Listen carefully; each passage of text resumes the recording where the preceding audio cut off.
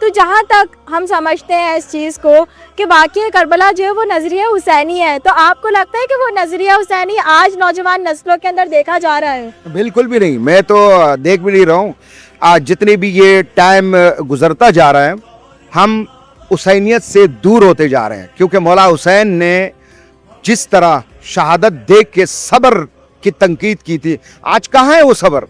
بڑوں کی عزت نہیں، چھوٹوں کی عزت نہیں، ماں باپ کی عزت نہیں، ماں باپ کو شٹل روموں میں جو ہے داخل کیے جا رہے ہیں، اپنی بہنوں سے جو ہے وفا نہیں دیکھیں. مولا حسین نے ایک درس دی تھی کہ اسلام اور میرے نانا جان کے دین، اس دین پر اکٹھے رہ کر بڑوں کی عزت کرنا، چھوٹوں کی عزت کرنا. دیکھیں پیاس کو انہوں نے اپنے اوپر مسلط کی، مگر انہوں نے صبر الہی کو قائم رکھا اور کبھی بھی بے صبر نہیں ہوئے. کربلا کوئی ایسے کریم کربلا اس طرح تھوڑی کہا جاتے ہیں ان کو، کریم کربلا ان کی صبر سے کہا جاتے ہیں. اور آج کل کے دور میں صبر کہاں ہے معاشرے میں؟ مجھے بتائیں اتفاق کہاں ہے اس معاشرے میں؟ اگر کہیں آپ کو اتفاق لگ رہا ہے تو مجھے آپ بتائیں.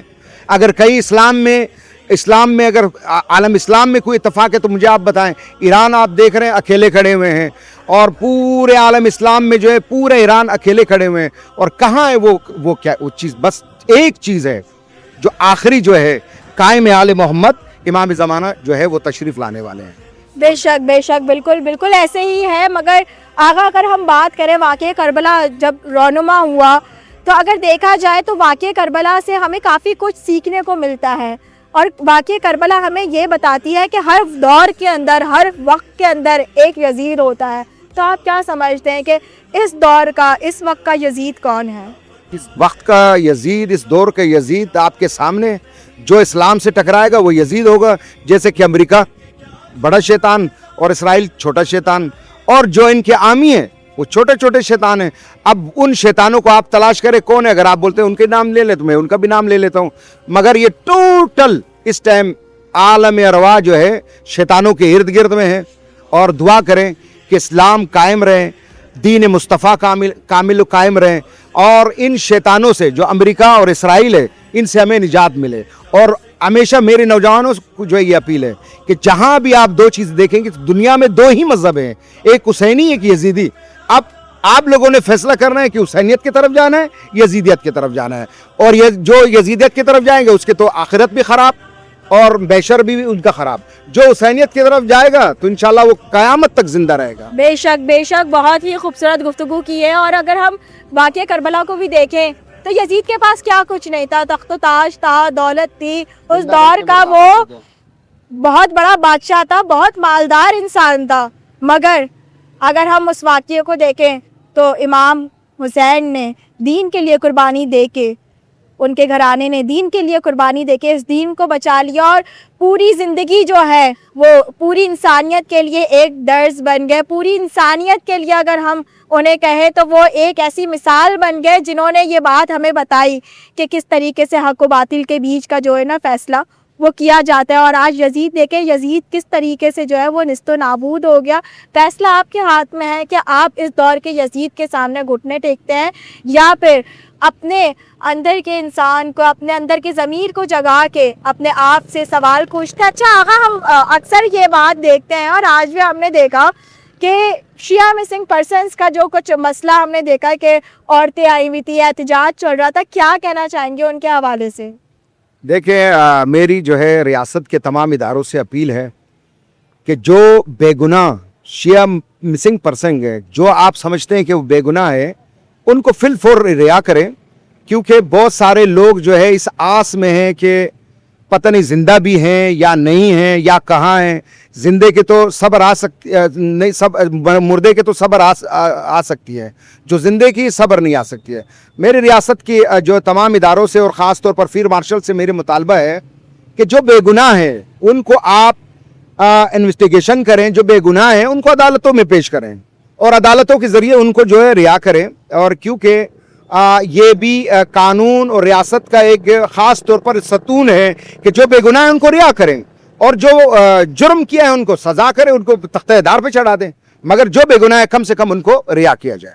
اچھا آغا، اگر ہم بات کرتے ہیں آپ کی اپنی پرسنل زندگی پہ بھی، تو ماشاءاللہ سے اتنے ٹائم سے آپ عزاداری حسین کر رہے ہیں، فرش اعضاء پہ ہم آپ کو دیکھتے ہیں، کافی کچھ آپ جو ہے خدمت خلق کر رہے ہیں اس ٹائم پہ.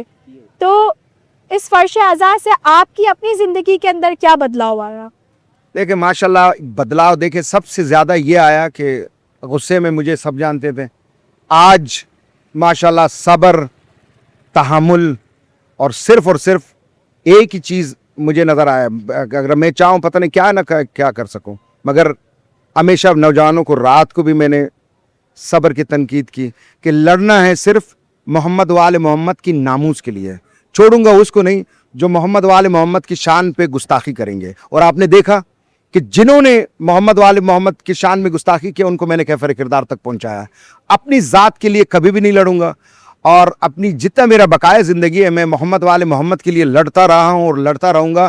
اور محمد و آل محمد یعنی کہ 14 معصومین حضور سے لے کے حضور کے بچوں تک کوئی توہین نہیں دیکھنا چاہیے اور نہ ان کے راستے میں صبر کرنا چاہیے. میں نے اس راستے میں صرف اور صرف یقین مانے صبر اور غصے کو پیتا ہوئے دیکھا، اور مولا حسین کی صبر سے یقین کریں میں نے اپنی زندگی میں بدلاؤ لایا، اور مزید میں نے بدلاؤ لانی ہے. اور ماشاءاللہ جو ہے میں اپنی زندگی میں کیا میرے دوست فرق محسوس کر رہے ہیں کہ آغا آپ کے اندر فرق، بس یہ صرف اور صرف 14 معصومین کے صدقے اور آل محمد کے صدقے. ماشاءاللہ سے بہت ہی خوبصورت گفتگو تھی. ناظرین و کرام، اگر میں بات کروں محمد آل محمد کی، اس گھرانے کی قربانیوں کی اگر میں بات کروں تو یہ ایک اپنے آپ میں ہی مثال ہے. صرف اور صرف اتنی بات کہنا چاہوں گی کہ اللہ نے ہمیں یہ گھرانہ تھما دیا، اللہ نے ہمیں اہل بیت کا گھرانہ تھما دیا. ہم اس رسی کو تھامے رہیں تو کبھی زندگی کے اندر جو ہے وہ گمراہ نہیں ہوں گے. اور جاتے جاتے میں جاننا چاہوں گی کہ آپ جو ہمارے ناظرین دیکھ رہے ہیں ان کو کیا میسج دینا چاہتے ہیں؟ میرے آپ لوگوں کے چینل کے توسط یہ اپیل ہے کہ دیکھیں آج 2026 کی جو ہے عاشورہ کی شب ہے. آپ لوگوں سے میری اپیل ہے کہ دیکھیں یہ نواسہ رسول ہے، یہ کوئی اور نہیں، یہ نواسہ رسول ہے. حضور صلی اللہ علیہ وسلم نے فرمایا کہ میں حسین سے ہوں، حسین مجھ سے ہے. اور آج اگر ہم پیار کرتے ہیں مولا حسین کو، مولا حسن کو، مولا علی کو، صرف اور صرف حضور صلی اللہ علیہ وسلم کے صدقے پہ اور ان کی گفتار پہ اور ان کی سنت پر، اور آپس میں بھائی چارے کو فروغ دیں. شیعہ سنی بھائی ہیں ہم، اور صرف اسی سنت پر عمل کریں جو حضور صلی اللہ علیہ وسلم نے کہا ہے کہ آل بیت مجھ سے ہے، میں آل بیت میں سے ہوں. اور صرف آپ یہ چیز دیکھیں کہ حضور صلی اللہ علیہ وسلم جنت کے سردار کون ہیں؟ نماز پڑھیں گے، روزے رکھیں گے، سردار کون ہے جنت کے؟ حضور نے ہی کہا کہ حسین جنت کے سردار ہیں اور خواتین کے سردار میرے بیٹی ہیں. جس نے بھی جنت جانا ہے تو حضور صلی اللہ علیہ وسلم کو فالو کر کے جانا ہے. آپس میں نفرتیں ہم نے دور کرنا ہے. شیعہ سنی بھائی ہیں، اور دور رہیں ان لوگوں سے جو کہ تفرقے پھیلاتے ہیں. بالکل ایسے ہی ہے ناظرین و کرام، کیونکہ شب عاشور بھی لگ چکی ہے اور میں چاہوں گی کہ ہم امام بارگاہ کے اندر کے جو ہیں وہ سارے آپ کو مناظر ہم دکھاتے چلیں، اور کس طریقے سے شب عاشورہ کی اس وقت چراغا کیا جائے گا، اذان علی اکبر ہوگی، ہم وہ بھی اب آپ کو لائیو مناظر وہاں سے بھی دکھائیں گے. اور بس آغا رحیم جعفری سے بھی میں اجازت چاہوں گی. بہت بہت شکریہ.